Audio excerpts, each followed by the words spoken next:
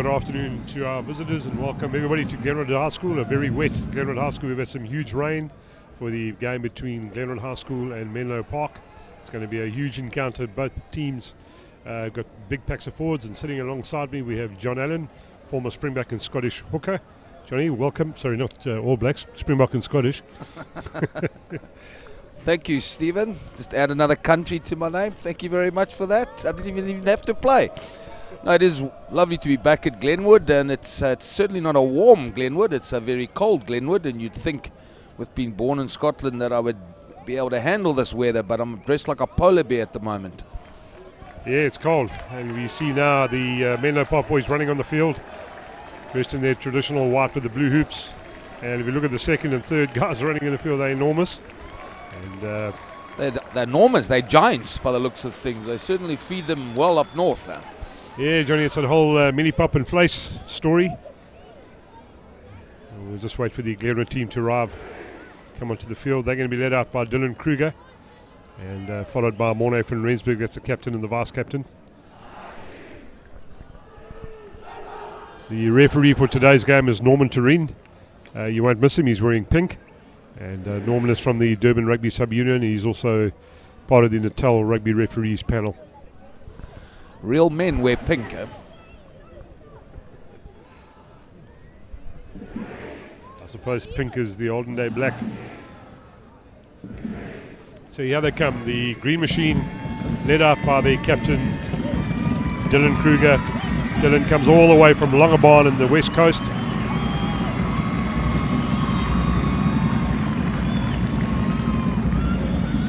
There's nothing can beat the beginning of a first team rugby game, and the music's going, all the kids are getting excited, the teams are getting excited, getting motivated, and the nerves are in the butterflies of the nerves in their tummies are going round and round, but it'll soon start.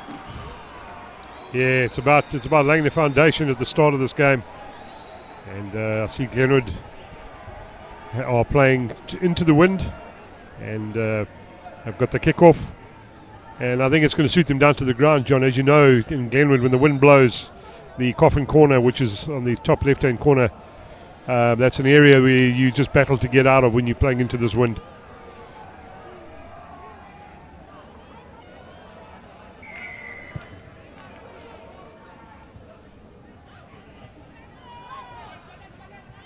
Glenwood have gone for a low trajectory kick. They've shifted the ball immediately. Kleler's carrying the ball up hard, hands over to De Wet, and looked like a bit of a forward pass, but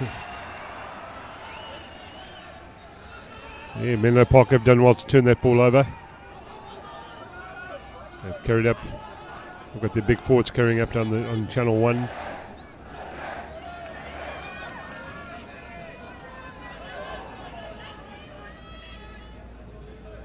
Loubser came in on the tackle, opening up his channel.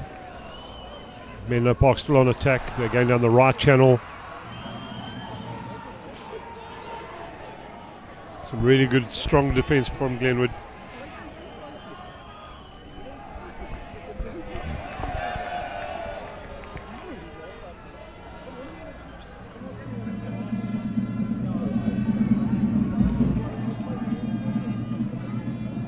And looked like Glenwood might have stolen that ball, but they haven't. Menlopark have maintained it. But there was a knock-on. Interesting tactics from Menlopark. Even when they went in their own half, they decided to run the ball. You'd think with the wind behind them, they would punt down to those corners. You know, with the conditions as it is, it's hard. Punting it into the corners, letting the ball hit the ground and rolling there, it's hard to actually pick up. But they kept ball in hand, and they did it very well. Looks like we have an injury on the Menlopark side. I can't see the number. His jersey got mud on it.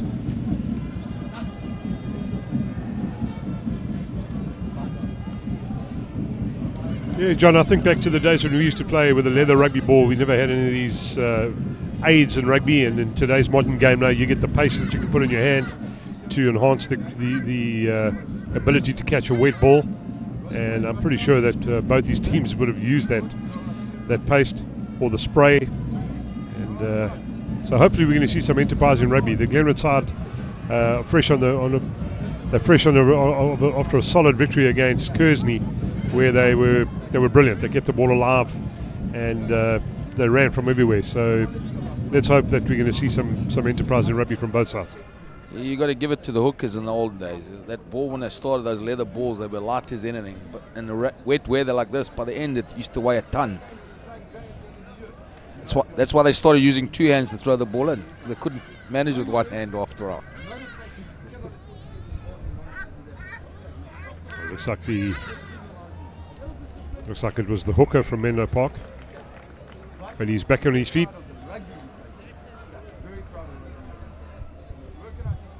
So Glenwood have a defensive scrum. It's on their 22.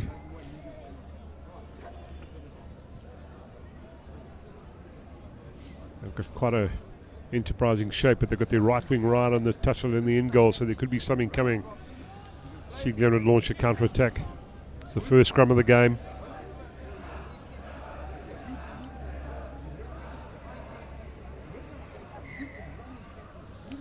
Well, the first scrum is always important. Certainly when it's your ball, you want a steady scrum.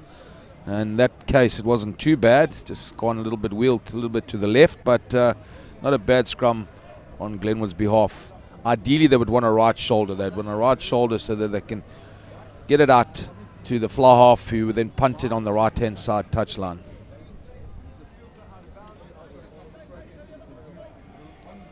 So it's Glenwood's Jaden Hendrickson to put the ball in.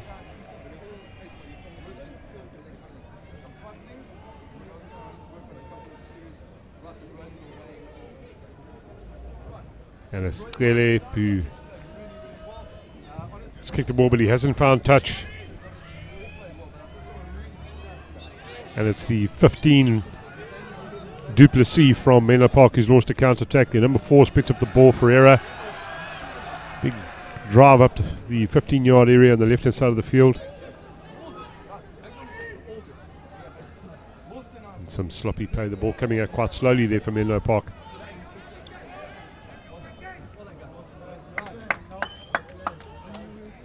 And JJ Fanamesh comes in with a sniper tackle.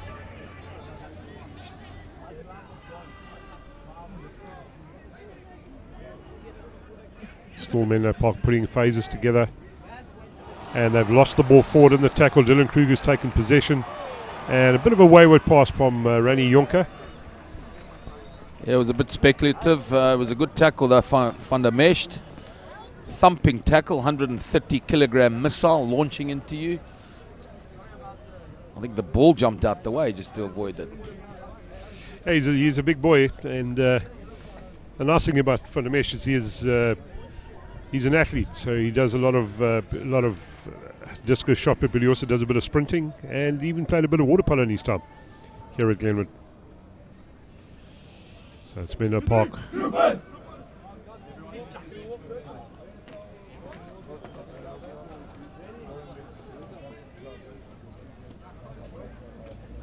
Once again,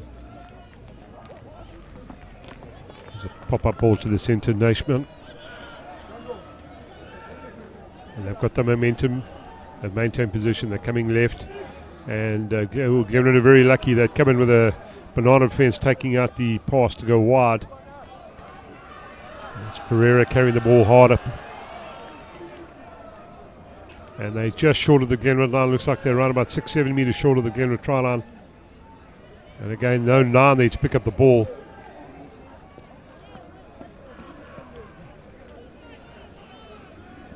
And it's been a pocket attack right underneath the Glenwood posts.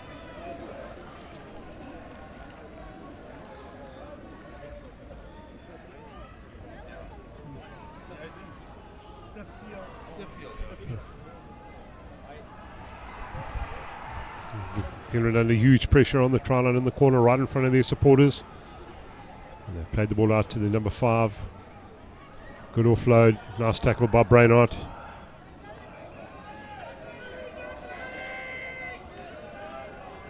Glenwood showing some discipline on defence.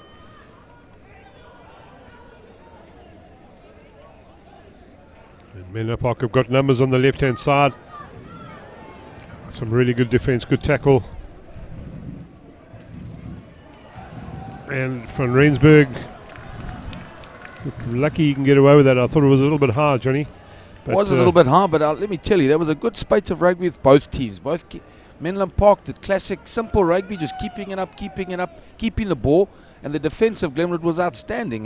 Both give a tick to both those teams there. Yeah, I think Menlopark could probably do themselves a favour if they started playing with a bit quicker ball. They seem to be playing off slowish ball. It's not dead slow, but it's slowish ball, giving Glenwood enough time to change to align their defence. So Glenwood managed to secure the ball in that corner, where it's really difficult to get out of when you're playing into the southwestern Durban, and they're just rolling the ball up, and it looks like Hendricks has kicked the ball, and as I said, he's only gained about 5 metres with that kick. Yeah, you'd expect them to actually drive it up a little bit more, and then ultimately from that you want to be out there by the 10-yard line and above. So they'll still be under pressure, and again Menlopark, they'll probably try keep the ball until there's a defensive leak in the Glenwood back line. So Menlo have a line out just inside the 22 of the Glenwood, and bit of a sloppy ball, but they've managed to secure it. Moving out to the 8th man in the middle of the field. Another wayward pass, but it went backwards, so it's fine. And once again, yes, holding on to the ground. Again, a slow ball, and looks like Glenwood want to play the ball quickly. No, they mustn't play it quickly. That's reckless if you play that ball quickly. You've been under the cosh for the last 5 minutes, just defending. You want to slow the game down. Have a little breather, kick it out, rest those weary forwards.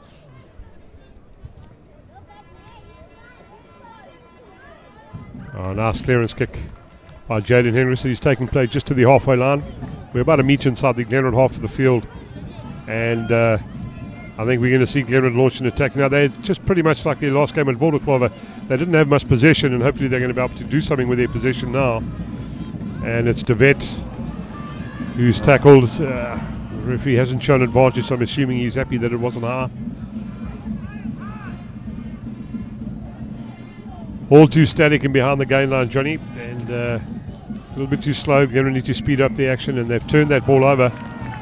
And was Jonker got held up in the tackle, or held up creating a maul, and they turned that ball over. It's everything's a little bit too slow for Glenwood.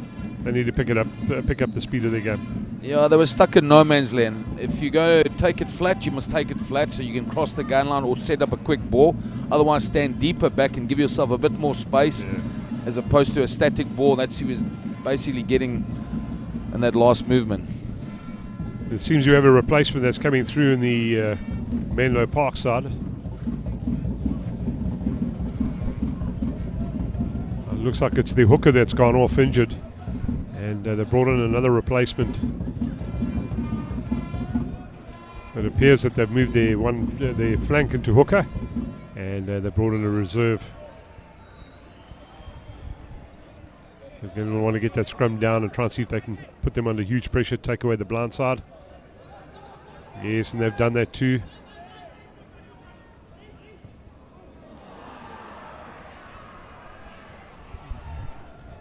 There we are, Siana clearly carrying the ball up the left-hand side of the field.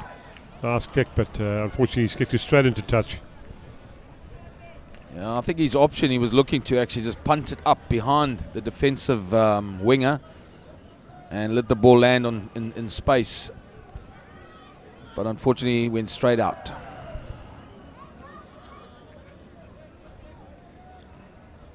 We're just inside the Glenwood 10-metre area. Menlopark to throw the ball. Probably going to target Ferreira. Yes, they are. Moving it back to the front. And they've started a maul which has gone to ground.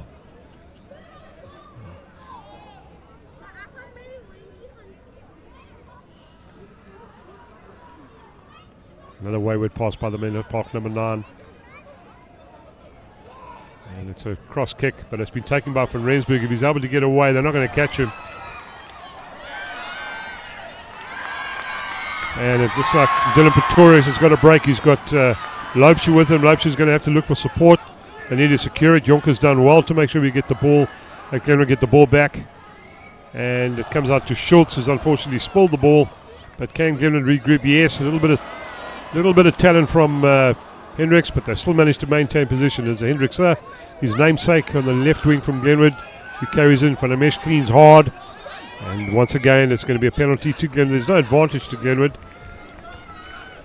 I love that little bit of skill there. Just flick the ball up with on the run, or on the hoof, as they say. And Glenwood have taken it quickly. They have got numbers. And it's gone out to Jonker, who's, yes, he's out. The flag has gone up. And again, no pace coming from the Glenwood team, John. If they had numbers, if they just straightened and used the pace, they certainly would have got around on the outside. Steve, I disagree with that, though. You get a penalty virtually under the poles. You've been under the cosh. As your first time in attack, you take the 3 points. So Menlopark under pressure on the 5 minutes from their try line. It's wet conditions. And it's Dylan Kruger who's got the ball. And it's a penalty. It's an overthrow from the Menlopark hooker. One can understand the problem there, John, with their hooker who's gone off injured. So they've brought the flank into hooker to throw the ball, and he's overthrown it, and Dylan Kruger's gathered the ball at the back of the line out, and first points of the game to Glenwood.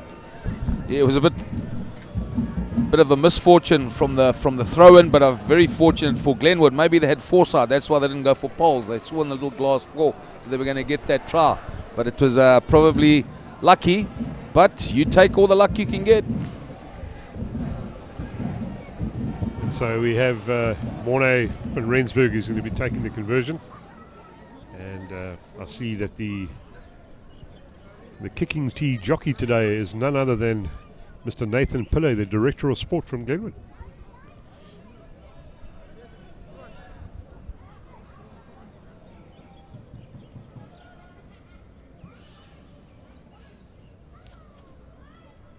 Rensburg taking his time with the conversion.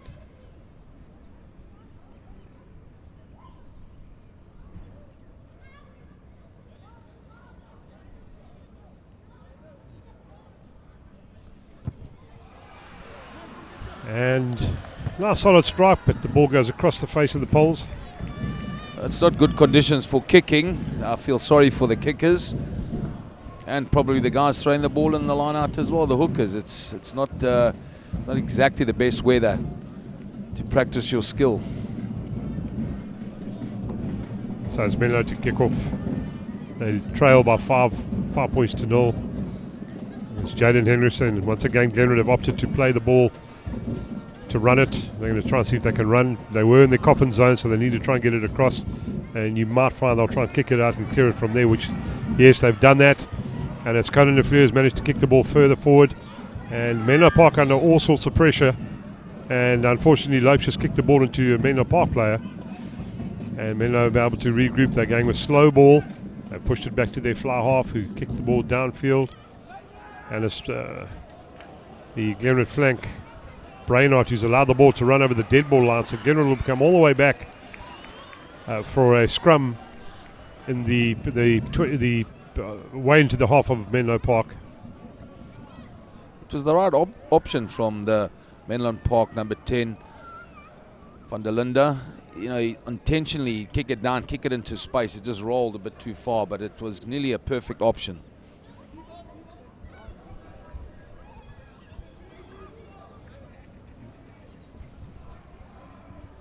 And I'm pretty sure that Glenwood are going to want to use their speedster fullback in these conditions.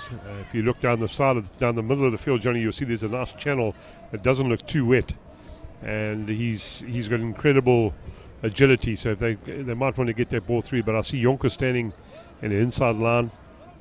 Hendricks is getting the ball. It's a bit of a slow ball, and it looks like Glenwood blundered that one up. And well, I think that scrum might have gone through the 45, but needless to say, Glenwood had a chance to play the ball. They never. It's a game of chances. You got to take them when you got them.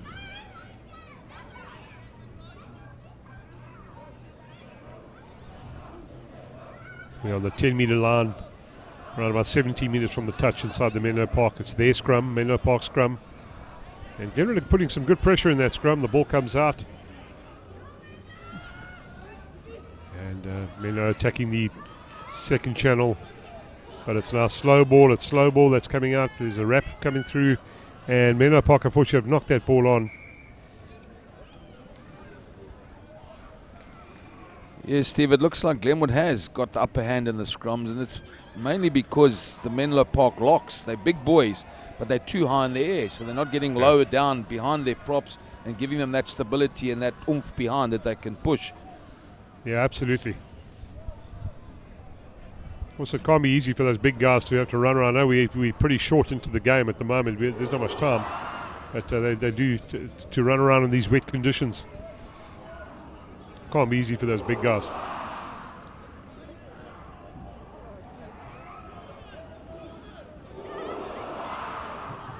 It's a Glenwood scrum. It's on the halfway line.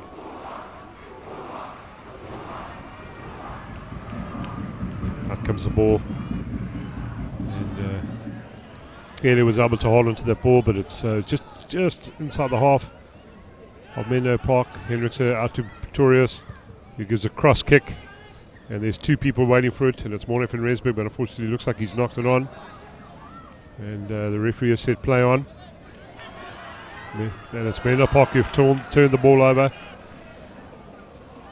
And just inside the half of the field, 15 metres in from touch. And it's the big Lock Ferreira who's been heavily tackled by some Glenwood front row players. And Glenwood penalised for playing the ball on the ground.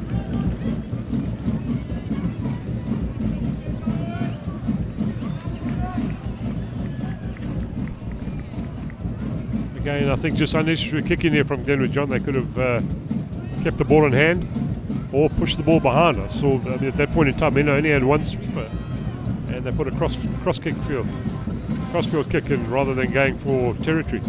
Yeah, it is a bit difficult, especially when they're into the wind, so the ball will come back from that cross kick. So it actually has to be picture perfect.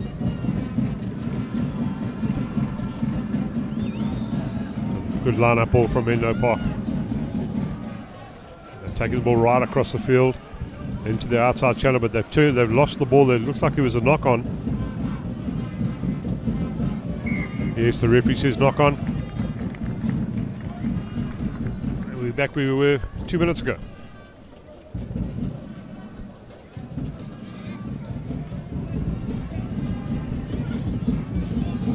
In weather conditions like this, both the teams should be playing simple rugby. The one on the attack and the defence is punted down in the corners, let the opposite numbers make the mistakes, and then go from there. Yeah, I agree, John. And well, let's see, Glenwood on attack. They're just inside the half of the field again, 16 metres from touch. And Menlo have taken away the open side. Pretorius has the ball. Again, it goes to Jonker. It's a double switch. And Pretorius is caught with the ball. Really good tackle coming with the sniping tackle coming in from the left wing from Menlopark. And Glenwood have opted to drive it up on the right through Schultz. Glenwood with slower ball. Pretorius has the ball to Jonker, to Van der Mesh. And he's managed to hold on to the ball. Ngube gets the ball. It's gone out to De Wet. Out to Kruger, out to Loubser. And Glenwood again across the field looking for some decent runners. And Van der Mesh has kicked the ball downfield. Well, maybe it's that magnifying glass again, John. And Brainos carried the ball. He's lost it forward. Yes, he's lost it forward, but it's the second infringement. I don't know how happy Coach McLaren's going to be with Van der Mesh putting a kick through, but again, kicking them out. If I was a coach, I know what I would be doing. Telling a lock in the back line, kicking a ball. And he's 6'8", 130 kilograms. I tell him, hold on to that ball, buddy. If I ever see you put foot to it, I'm going to take those shoes and burn them. All size 17 of them. So Glenwood on attack just outside the 22, 5 minutes from the touchline on the school side of the stands. And it's Hendricks who puts the ball in. And we have Van Rensburg. He's just got to link up. And it's Jonker. Again, and it's Tele, it's the player I was talking about just now, Sianda Tele, who goes into the corner to score for Glenwood. Some really simple play, but nice control there by from Rensburg. And Glenwood have managed to get their second try. And that's what we said earlier. Keep it simple in conditions like this, and you will dominate eventually. Sianda Tele is one of the 7 grade 11s in this Glenwood first team, and he represented KZN at Grand Como last year at fullback and on the wing. And, I would love to see him play sevens. I think, you know, with his footwork and that jumping around, reminded you of Dennis Baronet in his heyday. Only he knew where he was going. No one else knew where he was going. But another product of Glenwood High School. Johnny, I thought you were going to say like you used to do when you were in high school. But no, buddy. No. Maybe you, but certainly not me. If I had agility like it, I'd snap my ankles. So from Rensburg with the conversion attempt, he's right about 8 meters from the touchline, and it's about 10 meters outside the Menlopark 22.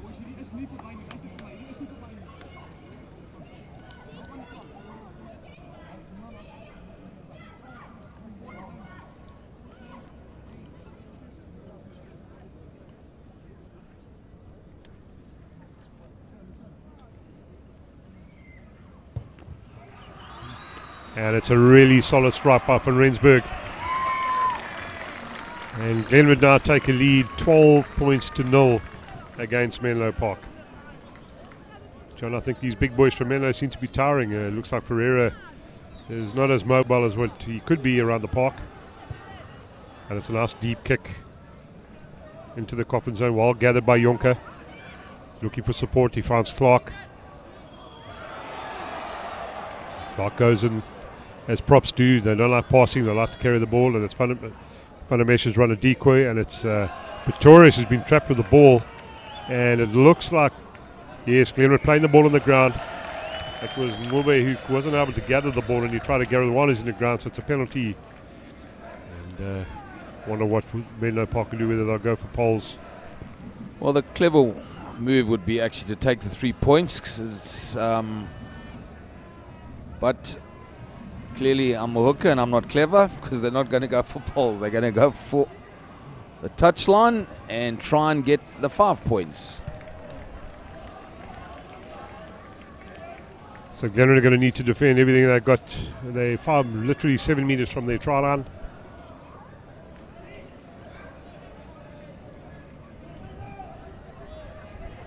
And it's Menlo Park with a 5-man line out on the Glenwood try line. Glenwood probably won't contest this, so they'll just go for the drive. And there's been a breakaway.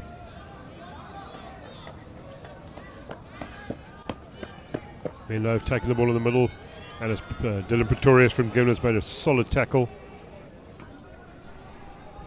Still Menlo, again, it's slow ball, but they've got a penalty. Looks like Glenwood has slain that ball down, and somebody could be in trouble. I see that the referee has stopped the game. And let's hope there's not going to be cards. We saw in the second team game, Johnny, there were about 3 or 4 yellow cards, but that was for more undisciplined play. Ill discipline. Ill discipline.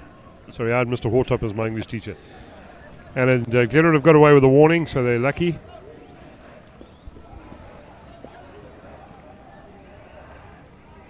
And Menlo Park have opted for the scrum. Well, they tried the line out, that didn't work. Now we go the scrum, it worked. And they'll probably end up kicking it over, drop kicking it over for 3 points as well. That would really. So the Glenwood defence has been resolute so far, and let's hope that the Menlo Park are going to try and take this ball as wide, and they need to start working with quicker ball, John. I still think they're playing slow ball. They've got a scrum now, 5 meters from the Glenwood try line, just to the left-hand side of the upright, directly in front of the Ivan Clark Pavilion at Glenwood, and they've picked up and they've gone wide, but they've left the scrum half. And fortunately, he was stopped by Hendricks, and Glenwood held him up over the try line, so they're going to have another scrum. That was some good, solid defense from the Glenwood side. Perhaps that number 9 going a little bit too high.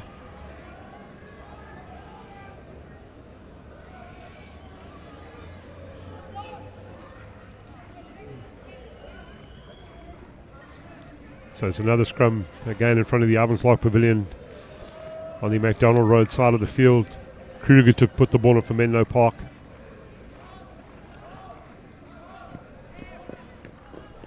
And they've gone blind once again, and it's a 2-on-2. And Glenwood have done well. And it looks like some nice counter-racking coming from Glenwood. The ball spills out, it gets picked up by the flank from Menlo Park. They're still right on the Glenwood try line. Glenwood defending for everything that they've got. And the ball comes wide out to the other flank. He seems to have nearly got a half gap, but he's been solidly stopped by De Wet. And the ball's been shifted. And it's been a loss forward, but Glenwood backline were off sides. Glenwood off sides in the defence, right in front of the poles. And maybe this time they'll go for poles, John. I doubt it. I doubt it. Nope, back to the line out.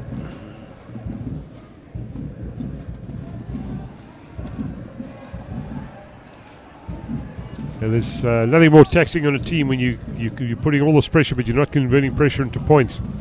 And I think they would have done well to go for poles here, John. Yeah, well, that's the key. If you've got all this pressure and you're putting it on there, you've got to take the points, and then relieves the tension as well. If they don't come away with any points here, the coach will have a word or two to chat to his boys at half time.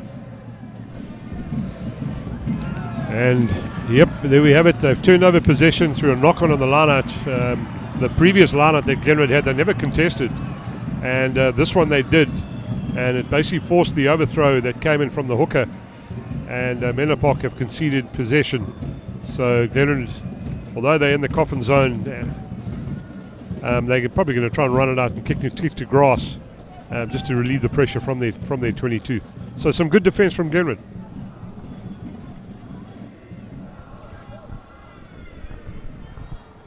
Hendricks got to put the ball in. Glenwood have secured a left shoulder, and they are doing that. Jonker's got it with a little grubber through, and looks like he's lost it forward. I think he tried to gather it, Jonker himself, and he's lost the ball forward. And Menlo have secured possession, and they don't really have much to work with. So they don't have an overlap, and they've spoiled the ball, but they didn't go forward. They still maintain possession of the ball. It's come out now. They've got the big guy. The big prop has collected the ball. He's carried it up the middle. It's once again slow ball coming out for Menlopark. Midway between the 10-yard and the Glenwood 22-yard line. And the referee's given a scrum down to Menlopark. Jonker putting a little grubber through to hoping to regather, but unfortunately they lost the ball and they were able to try and collect it. It's a bit reckless though in your own 22 to actually grubber it through. Rather punt it down there, punt it into grass, then go into the defensive mode in their half would have been the right option. So Glenwood still under pressure. They again midway between the 10-yard and the 22-yard, just to the left of the posts, and it's a Menlopark ball. Kruger to put the ball in for Menlopark. And I see something, there's a bit of movement happening on the left-hand side of the field. But they've gone blind, the Flauf's gone blind, and it's Dylan Kruger's going to have to make a tackle. They've got space. Oh, but unfortunately the right wing has kicked the ball directly into touch. And there's a little bit of argy-bargy between there, but nonetheless, Glenwood are it's not exactly the right place to do it, in front of all the Glenwood supporters. Especially with that bass drum there, John.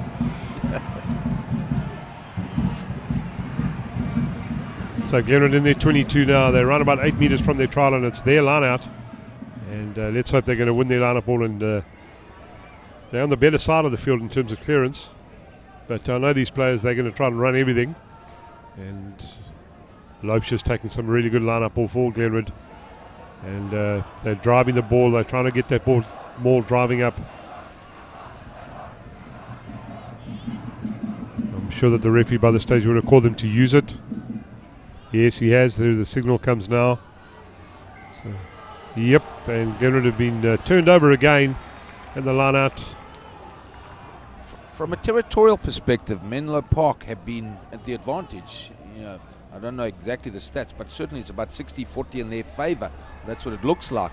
So they would want to now, from the position that they're in now, this scrum, they would need to score points before half-time to justify the amount of territory that they've actually been putting Glenwood under pressure. So I think it's a big moment for Menlopark, this particular scrum, just before half-time, considering the amount of pressure they've been putting on Glenwood. So it's Kruger puts the ball in for Menlopark. Out to the fly half, they've got some big runners. And Glenwood read the defence very well. They've immediately found out of Glenwood. And yes, it's some really good defence. And it looks to be Menlopark once again are unable to convert pressure into points. And one wonders what the score would be, John, if they'd opted to go for poles with the number of penalties that they've had in the Glenwood 22. So looks like Hendricks is going to go for touch for a clearance for Glenwood. He does so, but he doesn't take play out of the 22. Looks like the line out is on the 22-yard line. It's going to be a Glenwood possession.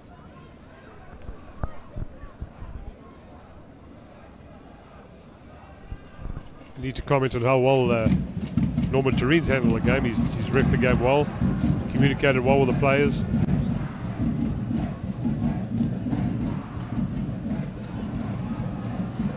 And it's Dylan Kruger taking the ball on the street, but he's been held up. Can he get the ball to ground? Otherwise, they're going to lose this possession. Yes, they have done that. Looks like Kruger lost that ball forward.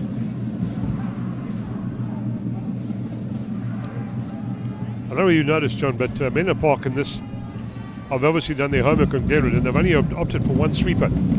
So there's plenty of space for Glenwood to probe in terms of the kicking game. But Glenwood just won't kick. Maybe in the second half when they're with the wind, they might try that as an option. But you're right, there has been a lot of space at the back, and it is definitely a good option. Kruger goes blind. Some good stepping by Van der Linde. But also some really good defence from Glenwood at the moment. And they fanned out again. And it's the big boys coming through now from Menlopark. That's an offload to Ferreiro. Ferreiro's going hard. It looks like he's lost that ball forward. Glenwood have turned the ball over. And it's Siana Tlele who breaks through. And he's just inside the Glenwood 22. Glenwood need to turn that ball over. They haven't got numbers at the breakdown. But the referee has picked up an infringement plays coming in from the side. And I think these Menlopark boys are starting to get a bit frustrated, John. They're throwing everything at Glenwood, but they're just not able to get over the try line. Well, that's going back to when they should have taken points when they had the opportunity with the penalties. Then it would relieve the tension. But now they're getting irritated because they know that they've been territorially advantaged, but they just haven't got any points on the board. Glenwood have taken a quick tap, and it's Van der Mesh running. Here we see his speed. He needs to offload. And no, looks like it's a ball that's probably going to go into touch with the referee. Hasn't seen us forward. Yep. And I think it might be half time, or just about half time. But it was a good run there by the big boy Van der Mesh. I mean, he drew 3 people in, and that's what's always going to be the case there. Even his offload wasn't a bad offload, just with the conditions just didn't quite go to hand. Yeah, a bit lateral. A little bit lateral, John. I think if it straightened up rather than secure those guys. Anyway, it looks like somebody from Glenwood could be in trouble. I think it's a tip tackle that's been picked up by Norman Team, the referee. And Menlo have got numbers. They've got a 4-on-2. Nice solid tackle by Rainy Jonker. And the ball has come out, and it's been... It looks like referee's going to be calling Glenwood captain Dylan Kruger aside to have a chat to him about his the tackle. I see Kruger very quickly going across to shake hands. Very clever, very clever. Sorry, ref. Let me shake Guy's hand. Looks like it Bad worked. mistake. Keep your hand away from your pocket. Leave that yellow card right where it belongs, in your pocket. So Glenwood's still under pressure in their 22. They've been there for most of the last, since their second try. In fact, Glenwood have been trapped in their 22. But Menlo just not been able to convert pressure into points. And I think we're right at the end of the 22, but they've opted obviously to play the line out, which they're allowed to do, and it's midway between the 22 and the Glenwood try line. And once again, they've overthrown the ball, and Ferreira's managed to hold on to it, nearly lost the ball. And Menlopark need to get quick ball. They've now got it, and it's Kruger. Finds the 8th man. He's waiting for the Linders, hoping to get that ball. Then on attack, Verlinda carries, shifts the ball wide. And really good defence by Lefleur from Glenwood.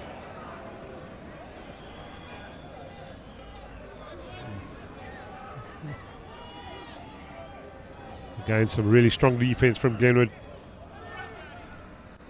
Menlo go right. And Verlinda gets trapped by JJ van der Mesh. Probably twice his height. And looks like we're going to be getting a yellow card. I don't know which players it's going to be. Yes, it's Van der Mesh. Van der Mesh has been given a yellow card for playing the ball on the ground. Professional foul. But he was on his feet. I don't quite understand that. Yeah, I think what's happened there, Johnny, I think that the ruck had already formed. He was the tackler, so he's allowed to have his first go at the ball. And once he never secured it in the first, he can't have a second go. And then a ruck is formed, and he then played the ball. So Glenwood again under huge pressure. They've lost their giant in front of Mesh. They're right on their try line. And there's a free kick for Borking. And Glenwood have taken a quick tap. They do have numbers. And there was a dangerous tackle, but Kruger's carried the ball hard. He's now just outside his 22. The ball goes right to Schultz. Schultz carries like a prop should. Ball under the arm. Glenwood go to the open side, and again it's Kruger, who's brilliant run by Kruger. He's kicked the ball through. He's on his own, and he's going to be able to trap. Glenwood managed to charge the ball down, but unfortunately in the charge down, the ball has gone over the touchline. And the referee has blown the whistle for half-time, with Glenwood leading Menlopark by 12 points to 0. The difference between the two sides, Stephen, is that every time Glenwood have come on attack, they've gone away with points.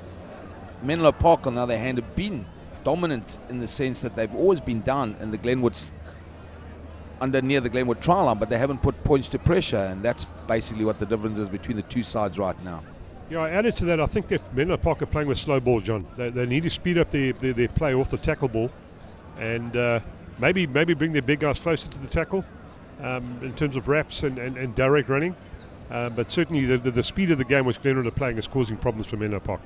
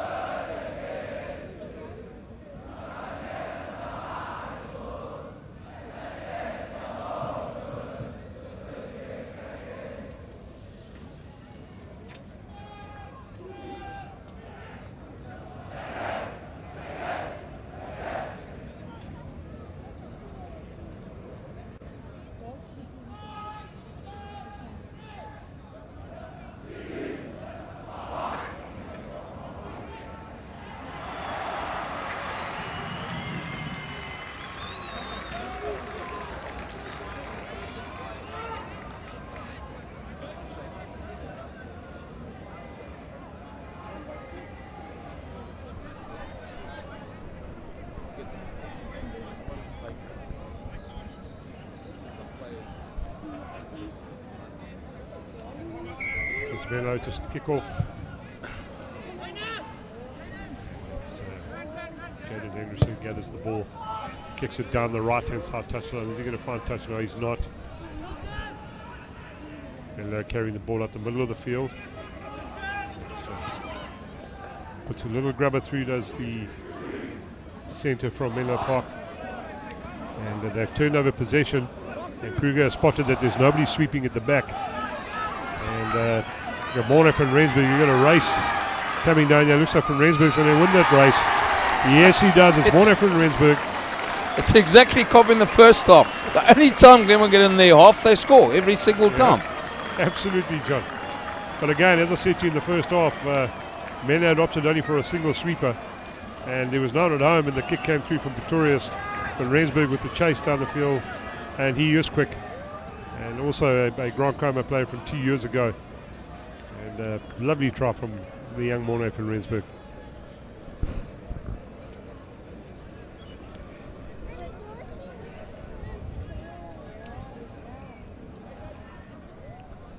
And the conversions directly in front of all the Glenwood boys. It's a compulsory game for Glenwood today. Obviously, there's some boys that haven't made it because of all the rain, and there's still a huge group of Glenwood boys that have attended this game today.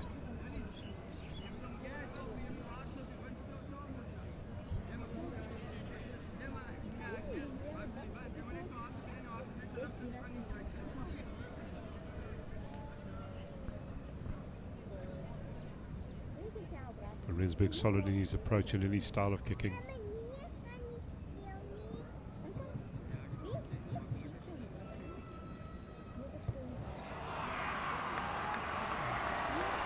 Yep, and it's through the poles.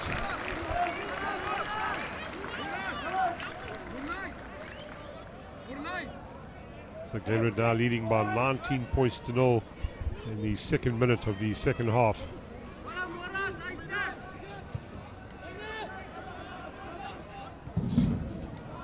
David Truto gathering the kick for Glenwood. He gets tackled by two players.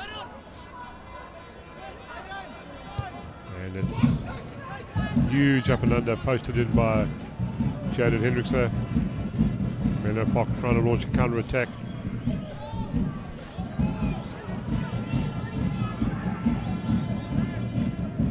And it looks like Glenwood have turned the ball over through Jordan Clark.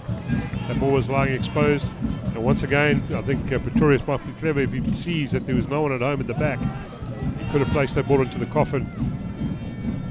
And Dylan Kruger was the one who did it, putting him under men under huge pressure. Kruger got there himself to turn over the ball, but he wasn't able to. And Menlo secured possession. It was their blue set prop who carried the ball up nice and solidly. Reynolds on that ball very quickly.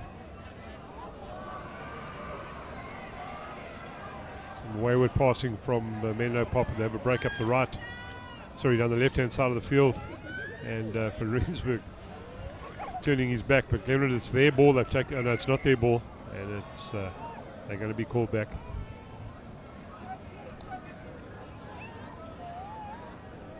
Looks like the rain is starting to come down again in Durban.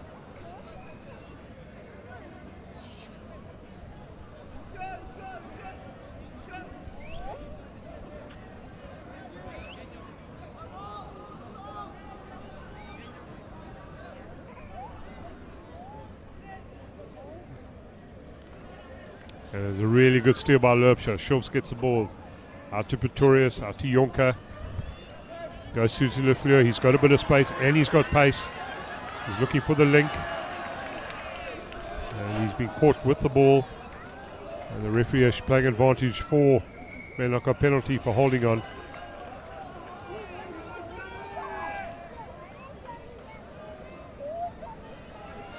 Interesting fact, John, chatting to the referee before the game. It was today 4 years ago that Glenwood played Hilton in the same conditions. And if you can recall the exact same day. It was the same day 4 years ago, and it's the same referee. Norman also reffed that game, and on that day, Hilton wear predominantly white jerseys. They were black, and Glenwood with the dark green. And full credit's got to go to Jason Job. He's got the field into really good nick. No one's used this field for 2 weeks, and it's held up relatively well under these weather conditions.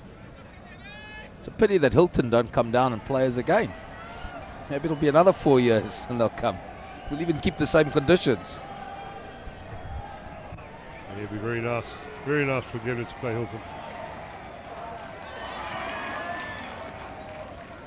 Glenwood have, through Loubser, have turned over ball. Jonker's carrying it. Attila Fleur puts a little grabber through for Van Rensburg. I think he's overcooked it though. And yeah, unfortunately Glenwood not playing Hilton or Michael House or Northwood this year.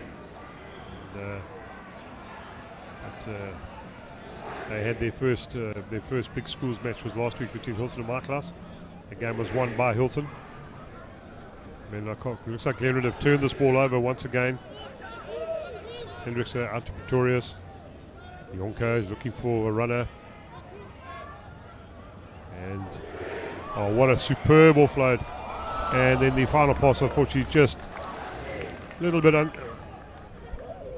too hard. And Hendricks wasn't able to hold on to that ball. It's gone into touch. You can see Glenwood have now got their confidence. You know, in the first half, it was from possession was all Menlopark, but in the second half, it looks like it's all Glenwood up until this point right now. And they're still playing without the giant Van der Mesh, who's standing behind the poles.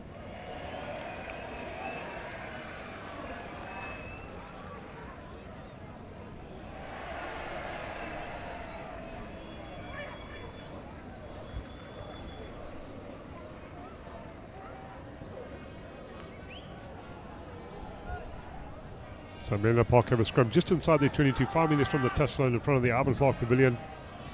Ball goes in. It's quite a solid scrum from Glenwood, but Menlo have won the ball. They've taken it flat. And once again, they're playing with sloppy ball. And it's Dylan Kruger who's made the tackle onto the flank.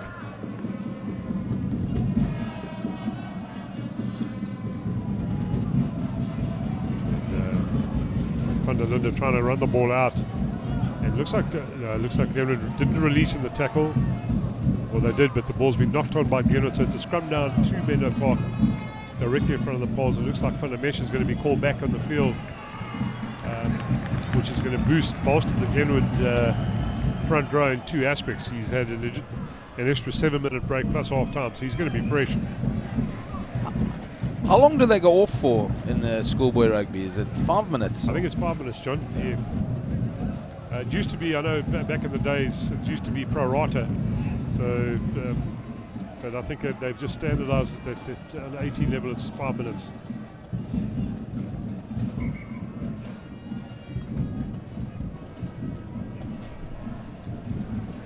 So it's Menlopark under huge pressure. And yeah, John, I called it. It's the big block Ferreira. Unfortunately, he's off the field. He's getting the have a safe trip home. He's getting the gears, yeah. I wouldn't be brave enough. You see the size of him. I suppose it is 1,000 against 1. And Glenwood had been penalised. Not quite sure what it was for. It's offsides. I think it was Kruger, the captain, who's been penalised for being offsides at that scrum. It's going to be interesting to see where Van der Linde kicks this ball to, because this wind is going to keep it, although he's kept it low and he hasn't found touch. He's found Le Fleur, who nice little side step, but I don't know whether Glenwood are going to be able to secure that ball. Yes, they have. They've managed to secure it. Mulba out to Clark, and Clark has lost that ball forward. Menlo have turned it over. They're just outside the 22 in front of the Ivan Clark Pavilion. They've got numbers to the left, and it's all too lateral at the moment. They've still got their numbers on the left, and it was Van der Mesh who made the covering tackle, but the ball has been kicked through, and Glenwood, it's Kele. He spotted a little bit of space. He's put the probe into the corner, and there's another race between Hendricks and the Menlopark replacement wing. Yeah, the ball's been kicked out right about 10 metres from the Menlopark touchline, and it's in that corner. That's what we spoke about before the game, Johnny. They're going to really battle to get out out of there. And it's a Glenwood line out. Which is probably where home ground advantage. Clearly knew that that's the corner he did, so he punted it in there. It's very difficult. It's muddy down in that. Very difficult to get out of it, and Glenwood have going 30 meters. Oh, that was a shocking throw by the vet, but Glenwood have earned themselves a free kick. I think it was numbers in the line out. It's very fortunate for Glenwood because it was obviously a miscommunication in the line out, and they were lucky. I see there's a Menlopark player that's leaving the field on just off the halfway line. It looks like it's one of the centres. He's been replaced. I think it's the 4th or 5th replacement now for Menlopark. So Glenwood on attack. They're about 10 metres from, or 15 metres from the try line of Menlopark. They have a scrum. And Rissa feeds the ball into the scrum. Comes out, Pretorius. It's a whole lot of angled runners coming through. And it's Tlele who snaps through. Tlele's going to score just to the right of the uprights. And some really good angles and some good lines run there by Glenwood to see Tlele crash through under the poles. Yeah, fantastic angle. Straight through. I don't think a person laid a finger on him. It should be an easy conversion for Rensburg, which should see Glenwood go into a 26-0 lead.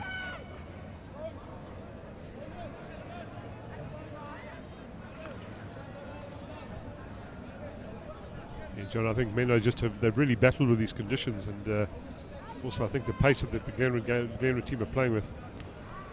And Ferenzo's butchered it. It was a commentator's curse. You gave it to him. I apologise. But again, he lost. He never took the same routine that he normally does, and then things go wrong. So it's 24-0 to the Green Machine at the moment, up against Menlopark from Pretoria. And looks like the vet Truter up for Glenwood. Nice clean take. And the ball's been secured. A lot of pressure from Menlopark. And the guys are calling for the ball on the left. It looks like there is numbers on the left-hand side for Glenwood.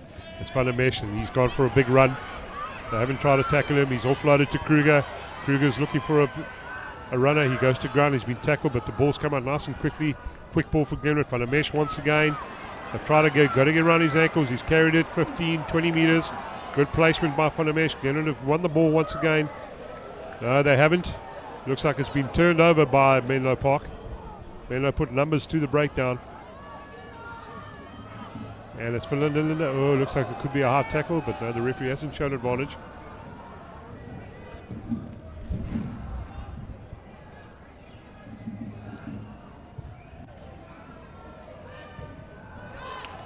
And Lefleur keeps the ball in. And Glenwood have got some numbers, but it's some wayward passing. And it's De Wet who's carrying the ball up hard. He's running on his own though. He's got nobody backing him up. And has he managed to place that ball to be secured? Yes, he has. Glenwood go left. And they pop the ball on the inside to Jonker. De Wet's still on the ground from his previous carry. And it's Ngube unable to gather that ball. And it looks like Glenwood have lost it. And Glenwood could find themselves in trouble here. And a whole lot of wayward passing, but it looks like Glenwood have secured it through from Rensburg, who's looking for support from Jonker. He misses the ball. Clearly with a fly hack upfield. And it's Menlopark coming at pace. And it's Jordan Clark who manages to tackle the play. Glenwood are fanning out. They have got a few numbers on the left-hand side of the field, but they've lost the ball. And Glenwood have got numbers on the left-hand side on the counter-attack. And it's Van der Mesh who's burning it up down the field. He's been ankle tapped, but unfortunately he's lost the ball forward. Yeah, shame. He thought he saw that trial on in his sights, and he was just galloping.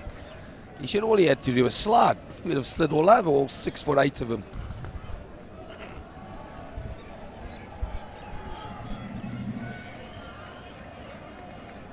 Well, we had about 5 minutes of enterprising rugby. The ball was going backwards and forwards, fly kicks and kicks on the ground, and eventually Glenwood found themselves literally 7-8 metres from the Menlopark try line. It's the Menlo scrum, and they're in that dreaded corner once again, full of mud, and you get trapped with the wind. Ball goes in. Some really sloppy scrumming, but Menlopark have taken the ball. They've tried to run it out of their 22. They've been trapped. Some really good defense by Jaden Hendrickson.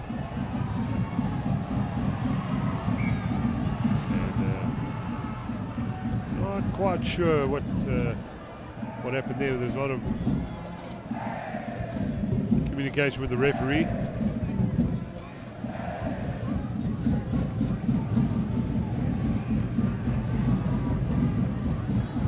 I don't know, John, did you see what happened there? Nah, afraid not. I think he just got they were all patting the Glenwood number 7, Brian Hart, so he was obviously holding the ball or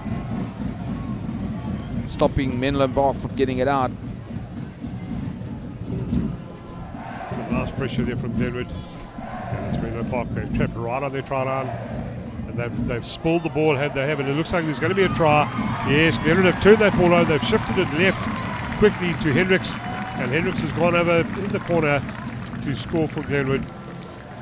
And that's the pressure of being trapped in your 22, John. They weren't able to get out of their 22. And unfortunately, they spilled that ball, and Glenwood took it quickly to the left-hand side of the field to see Hendricks score in the corner. And there lies the difference between the two teams in the first half, and I'll repeat it again. Menlopark were in there the whole time, but we go back, when they got that penalty, they should have taken the penalty, 3 points, get back in there again, get another penalty, 6 points, and they would have, in this whole game would have changed. The whole dynamics of this game would have changed. But to Glenwood's credit, every time they've got onto the attack, they've scored, put points on the board.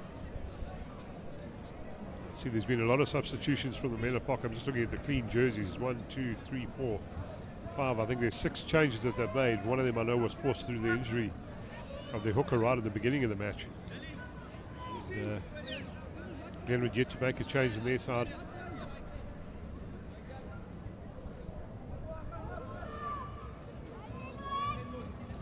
And Rensburg taking his time with this conversion.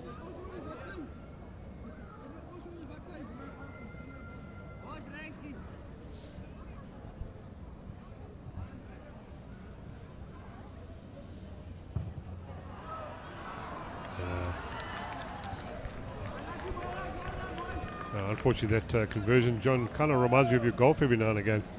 Bit of a shank. I thought you were going to say straight as a dice. So the rain has now started to fall down here in Durban once again. And it's been a park kickoff. And Truter tries to gather, but he has secured the ball for Glenwood. And he's lost that ball forward, and he's trying to play it on the ground again. So it's a penalty to Menlopark.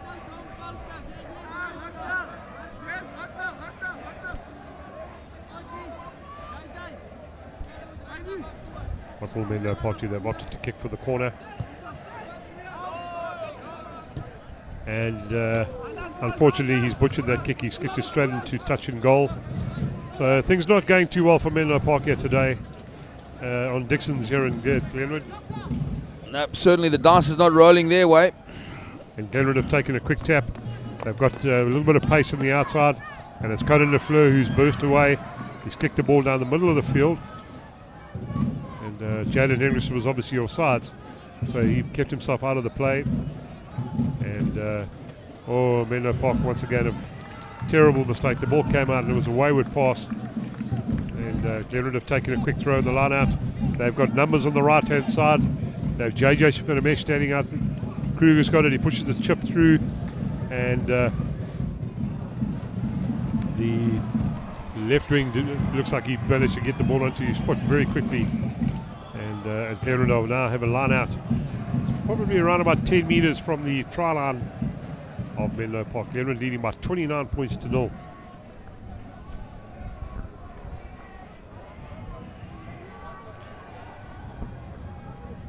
So DeVette to throw the ball in for Glenwood. Loach is his target in the front of the line out. And Glenwood have opted for a shift drive. They've got the ball to the back, and they've managed to get some forward momentum. They've got Funameshed at the back of the line out of that ball. And they continue to drive. They're getting closer and closer to that line. And they've rolled it. And so Funameshed has broken away. He's been caught in possession. and unfortunately it's become unplayable, and the use or lose law kicks in. Good defense by Menlopark. Turned the ball over. Yeah, the next big game here at Dixon's in 2 weeks' time is the classic clash between Glenwood High School and Durban High School, traditional rivals, and that's going to be here on Dixon's in 2 weeks' time on the 27th of May. So Menlopark under all sorts of pressure once again. 5 minutes from their try line, some good scrummaging from Glenwood. Flat pass taken, Menlopark, they're running, and Jonker's made a telling tackle. And they in the dreaded corner. Menlopark have won the ball. And they're going to, oh, and it's been missed. Terrible catch. And so Glenwood have found themselves in the line. Are they going to take a quick one? Yes, they are. No. And it's Clearly that's got the ball. He's running in the middle of the field, looking for support, but unfortunately the support overran him and he's found himself in all sorts of trouble. I wouldn't be surprised if there's a penalty here for holding up, but no, Glenwood have won it. They've got lots of numbers on the left-hand side of the field. Fanamesh going with a bollocking run. I doubt whether anybody's going to stop him. Yes, they have. He's let the ball go. Well done from Fanamesh, understanding the laws of the game. And Glenwood have won that ball back. They've got quick ball. And it's Hendrickson, and a little chip through. Have they managed to gather it? It looks like he has. Yes, Lafleur has scored the try for Glenwood. Well, Glenwood made it tough to actually score that try because they had a line out that was actually 10 meters from the try line. They opted to throw a ball in 40 meters. He has deemed that there was a tackle. And a little bit of argy-bargy, players running in, getting involved. There's no need for that. And what's interesting, John, if you look to the left of the field, you see that Fleur is not interested in that. It's a backline play. He's going nowhere near the argy-bargy there, buddy. He's way away. I'm surprised some of the other backs are involved there. I thought they'd be picking up daisies on the left-hand side as well. I thought I heard one shot hold me back, but anyway. Yeah, but there's no need for that. No, it's not necessary. It's schoolboy rugby, and schoolboy rugby you don't need to carry on like that. But there should be a penalty for Glenwood. And taken out in the air, yeah. Correct. But maybe that will be reversed because you responded, and you're not allowed to respond. Absolutely.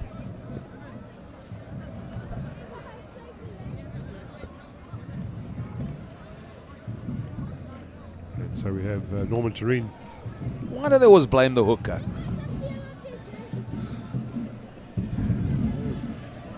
Yeah, you got a valid point here.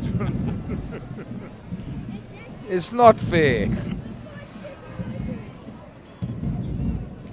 So it looks like they would have been awarded that penalty. And they went back to the original, the taking out in the mid-air.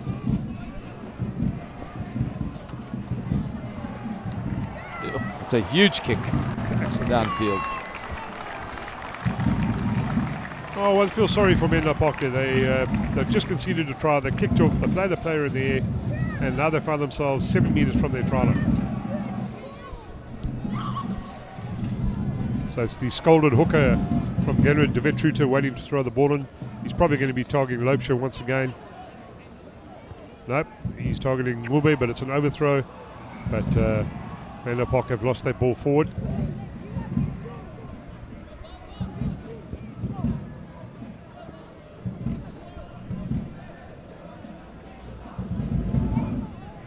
One of the most common problems in schoolboy rugby now, John, with the hookers is the timing of the throw to the fetcher at the back of the line-out was always wrong. And so from a coaching perspective, to try and remedy it, you try to get the hooker to throw the ball down onto the player. And but it's an art. So I've seen it a lot today, where particularly in the under-16A game, when the ball was thrown, overthrows from both sides. Again, on attack, Pretorius has got the ball placed to Jonker, and and it's been gathered by Van der Linde from Menlopark. They fly half, and they in the dreaded corner. Menlopark have overloaded the tackle.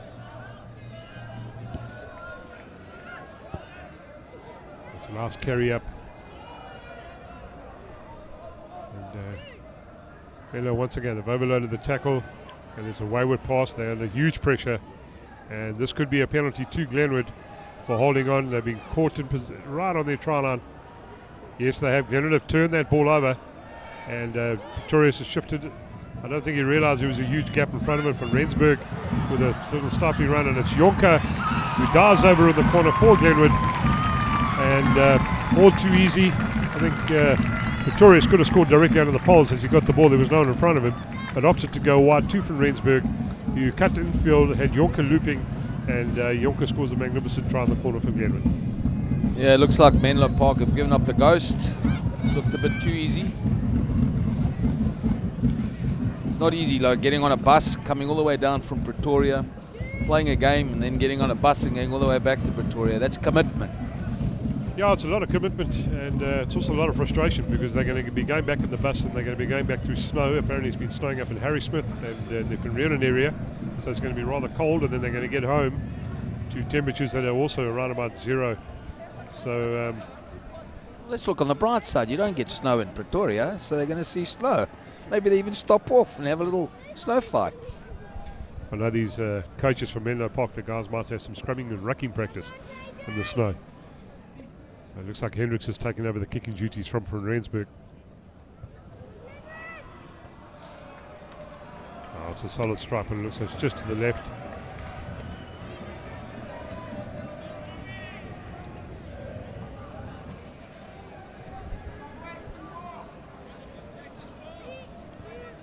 Now there's been a change on another change in the Glenwood team with Rory Atwell coming on the right wing. He's taken over the place from Rensburg, and he's straight into the action is Atwell.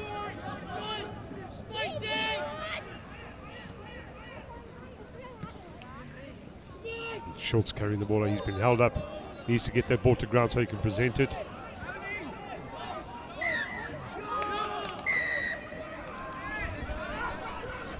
Yeah, that was well done by Menlopark. They managed to hold Glenwood up. And then some ill discipline once again from Glenwood.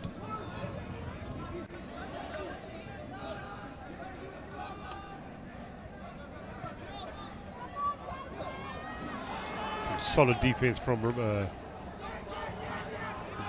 Brainard once again, the open side flanker from Glenwood.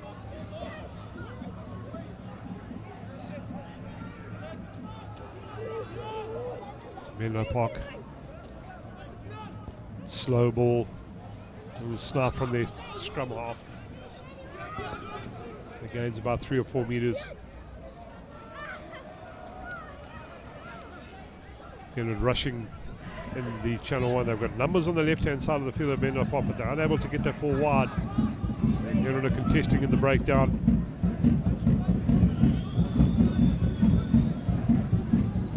Two pick and goes from Menlopark. They're edging the way forward slowly but surely.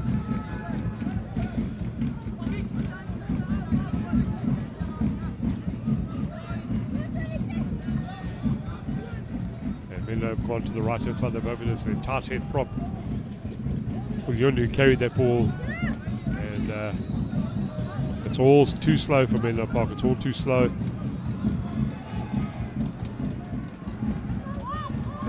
They've spoiled that ball, and it's Glenwood's Durant who's on top of that ball, but Menlo managed to still secure it.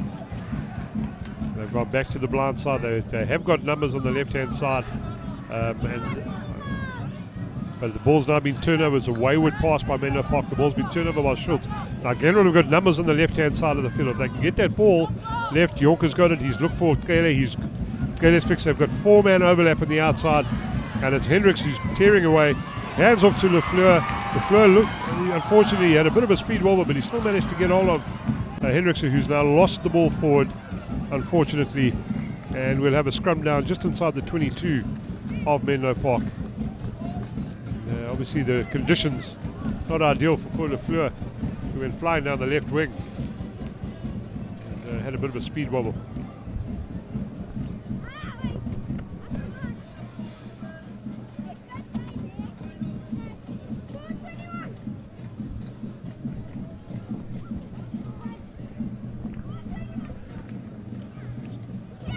We've got just under 4 minutes left in the second half of the game.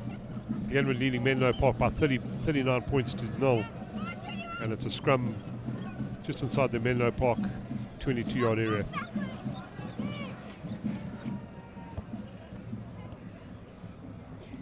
And it's a pickup from the base of the scrum. Chado Henderson goes for the rip, manages to have Glenwood turn the ball over. It's on the ground at the moment, and it has been turned over. Gluber's picked up the ball, but he's lost it. Kruger gets it, feeds it to Pretorius, onto Clark, and who for the second time in the game has knocked that ball on. And it's been a turnover. There's been a breakaway from Menlopark. There's a chase between Atwell, and it's inside the Glenwood 22, and Atwell manages to get his foot onto the ball and kicks it out. And we have a line out midway between the 22 and Glenwood's try line. So Clark, unfortunately for Glenwood, not able to hold on to that ball, spoiled it, and turnover, and Glenwood under pressure in their 22.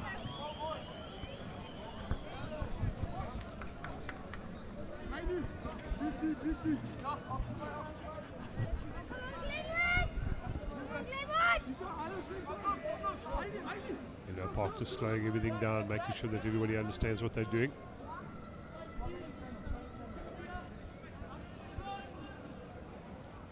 And it's a skew throw, and Norman Tureen has picked that up. It's not easy when Menlopark, they lost their hooker early in the game. So you practice with a hooker all week. And generally the replacement hooker would have been practicing with the second team all week. So now you come and get thrown in the deep end very early in the game. It's difficult. Well, let's see what Glenwood have got to offer. We're in the last 2 minutes of the game. And I'm sure Glenwood, there's a lot of communication between the backs. And I'm sure they're going to have something coming on.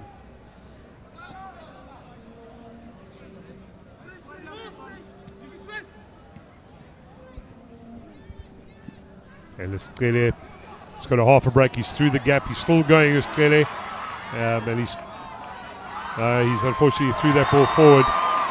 And referee Norman Tureen was right there. He saw that it was a forward pass. And what a pity. Well, Hendricks had the scrum off. You saw his skill again, the little backward inside flip. You used to do that, Stephen, didn't you, as a prop? Give a little inside flip. I did. Or was that you take the inside flip? If I could get there in time, Johnny.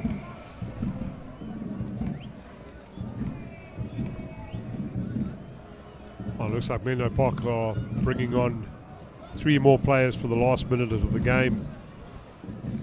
There's no one left on the bench. I think that's the last they're throwing on. Yeah, I think so.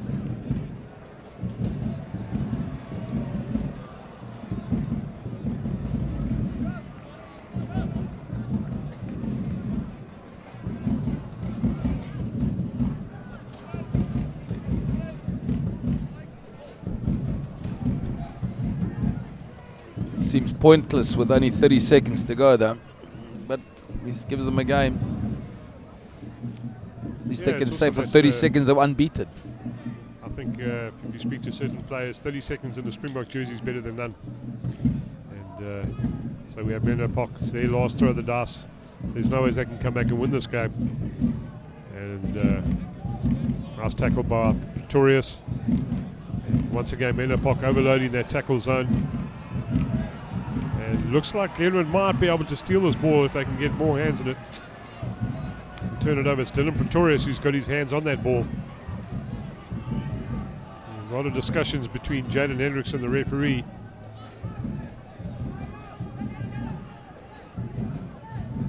And Menlopark have gone blind. Solid tackle, but I think it's a little bit high by Ronaldo Brainard. Now the referee has picked it up. This is a hard tackle.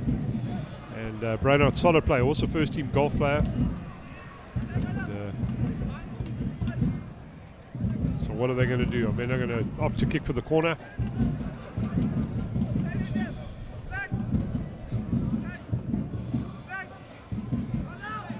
And once again, they've flustered that kick. And they've got huge numbers on the left-hand side of the field. Clearly he's going to carry. He must go straight, but he's got to look left. And he's running away from his support, is he? And well, that's a real pity, but they've still got numbers on the left-hand side of the field of Glenwood. And Jonker's going to carry the ball. He's going to look for the space. Yes, he gives a half gap. He's got runners with him. But he's only carrying the ball with one hand, and what a problem there. Pity for Glenwood, because that had trial written all over it. And it's Siana Tlele. The handoff. Showing some 7 skills Glenwood have with some of their players. Yonker has the ball, offloads to Clark. Clark holds onto the ball, drives up the channel. The ball's coming out again for a nice quick ball. They've got numbers on the right hand side, but the referee has picked up it offsides. It looks like Dylan Kruger's going to take a quick tap, and Menlo was certainly went 10 meters, and Norman Tureen has picked it up, no advantage. Glenwood are going to probably go quick again. I see Kruger indicating they're going to kick quick touch, but no, they're not. They're going quick to the right, out to Rainy Yonker once again. And well, I'm not quite sure what that intention was.